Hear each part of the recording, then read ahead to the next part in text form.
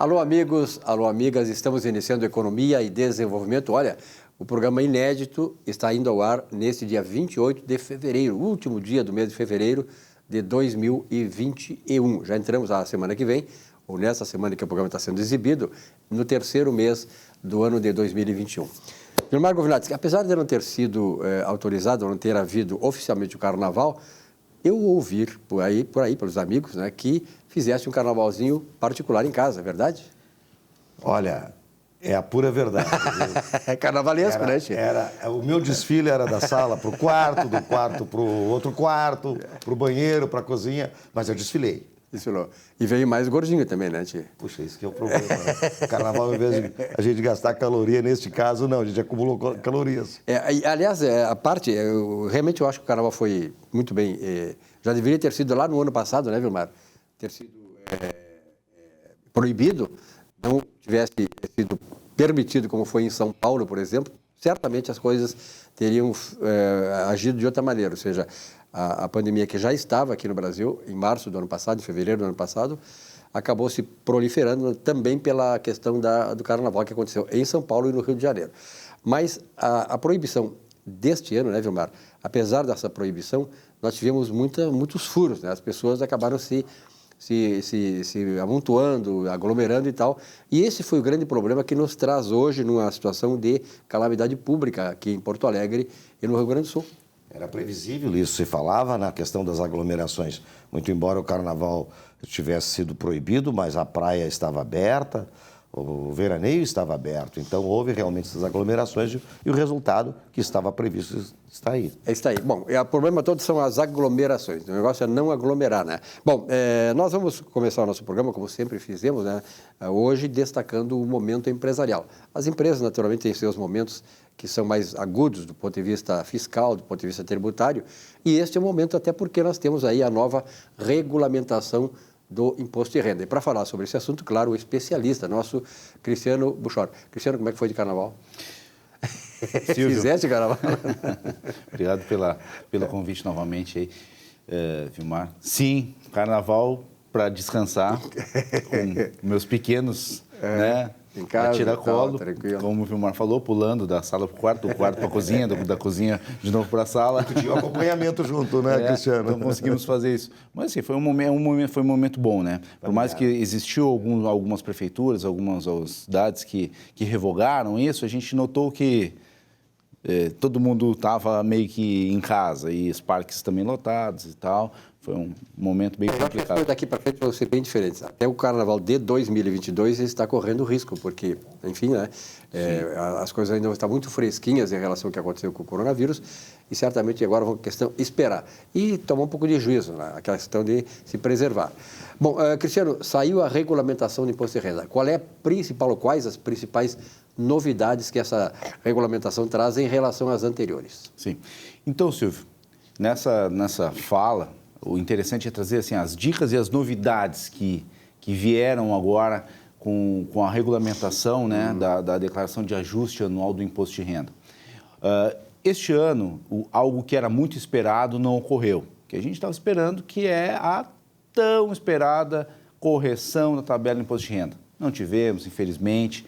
Vamos ter novamente aí muitas declarações do imposto de renda. É esperado que esse ano a gente bata o recorde. 35 milhões são esperados, mais de 35 milhões, e a consequência dessa não correção é o aumento massivo, né, da quantidade de declaração, porque a cada ano que passa, os salários são corrigidos, né, mesmo que pela inflação, IPCA, alguma coisa assim, então aumenta, então vai abocanhando mais contribuintes que são obrigados. Tá? Este ano passa a ser obrigado, eu fiz uma colinha aqui, aquele que recebeu rendimentos tributados acima de R$ 28.559. Então, este está obrigado. E depois tem aqueles outros itens que são os mesmos do ano anterior, 40 mil se recebeu parcelas isentas não tributadas de remuneração, atividade rural, então vem todas aquelas listas. Qual que é a novidade que nós tivemos este ano, que nós vamos ter esse ano? Auxílio emergencial. No ano anterior se falou muito, se buscou muito entender quem quem obtém um auxílio, para quem é o auxílio, quem necessita do auxílio. E como era autodeclarativo, né, então aquele contribuinte, aquela pessoa, ela simplesmente informava algumas situações, era analisado rapidamente e era concedido. Este ano nós chegamos no momento do ajuste com o imposto de renda. Então, Cristiano, sou obrigado a declarar imposto de renda tendo recebido auxílio emergencial? Não. Entretanto, exceto, contudo, se este contribuinte recebeu acima de 22 mil, eu fiz a colinha, R$ 22.847 e recebeu auxílio emergencial, ele está obrigado a fazer a declaração de imposto de renda, incluir esse valor. E mais, a própria declaração de imposto de renda, ela traz uma novidade que é a devolução do auxílio emergencial. Quem deve devolver o auxílio emergencial? Aquelas pessoas em que tiveram rendimentos tributáveis no imposto de renda. Ou seja, você recebeu o auxílio emergencial, em determinado momento você esqueceu, né, que tinham a outra renda, somando essas rendas, chegar nesse valor, você está obrigado.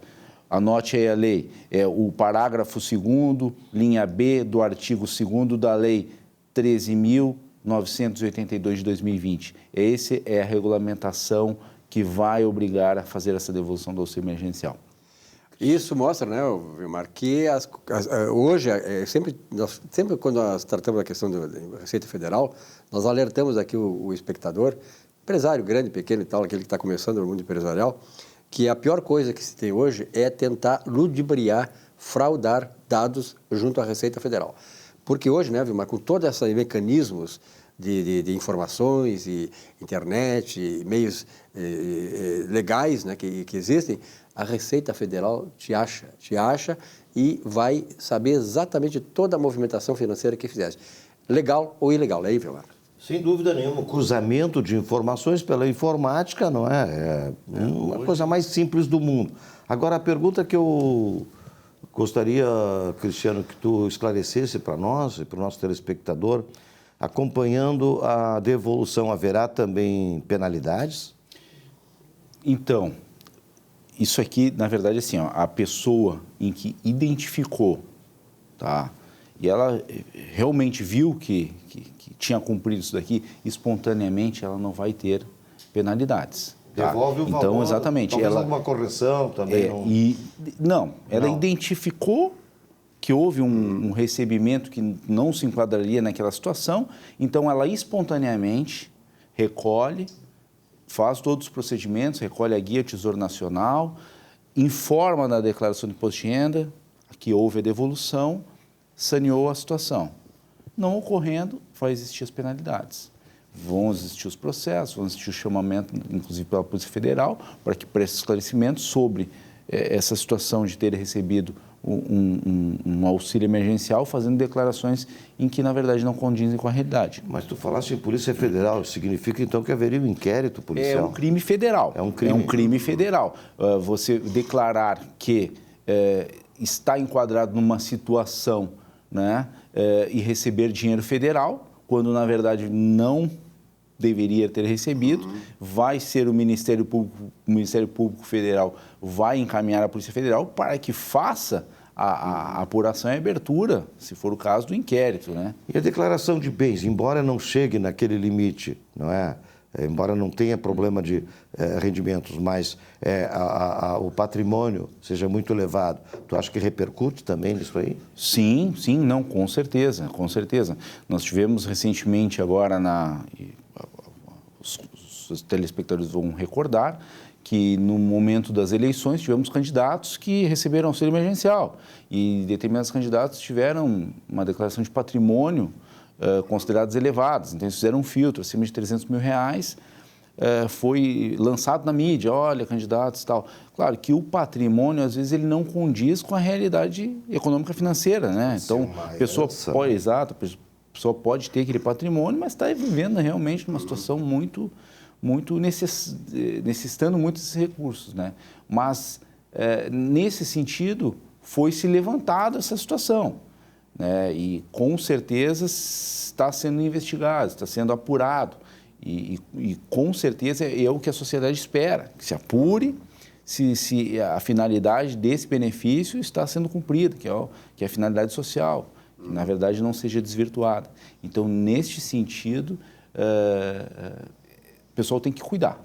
E a punição é pedagógica, né? Porque se nós, por exemplo, né, Vilmar e Cristiano, se nós estamos tentando, através... A Lava Jato foi um grande, emblemático momento, né, para a corrupção nesse país, para combate à corrupção.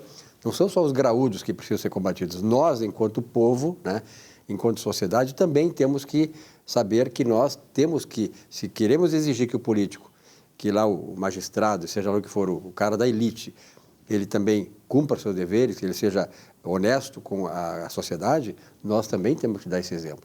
Então, essa coisa da Receita Federal é pedagógica. Parabéns à Receita Federal, porque é aí que nós começamos a fazer aquilo, né, Gilmar, construir aquilo que se chama uma grande nação.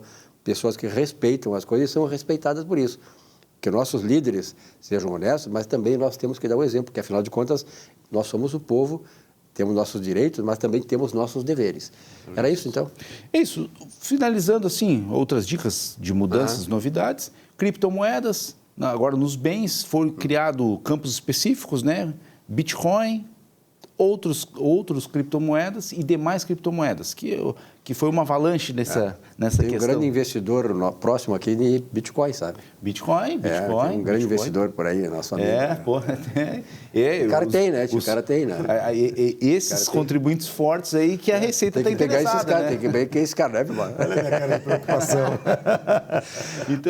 Então, seria mais ou menos isso. Vai se ter uma nova declaração preenchida, neste ano um pouco mais moderna, com um pouco mais de informação, com um pouco mais de cruzamento de informação.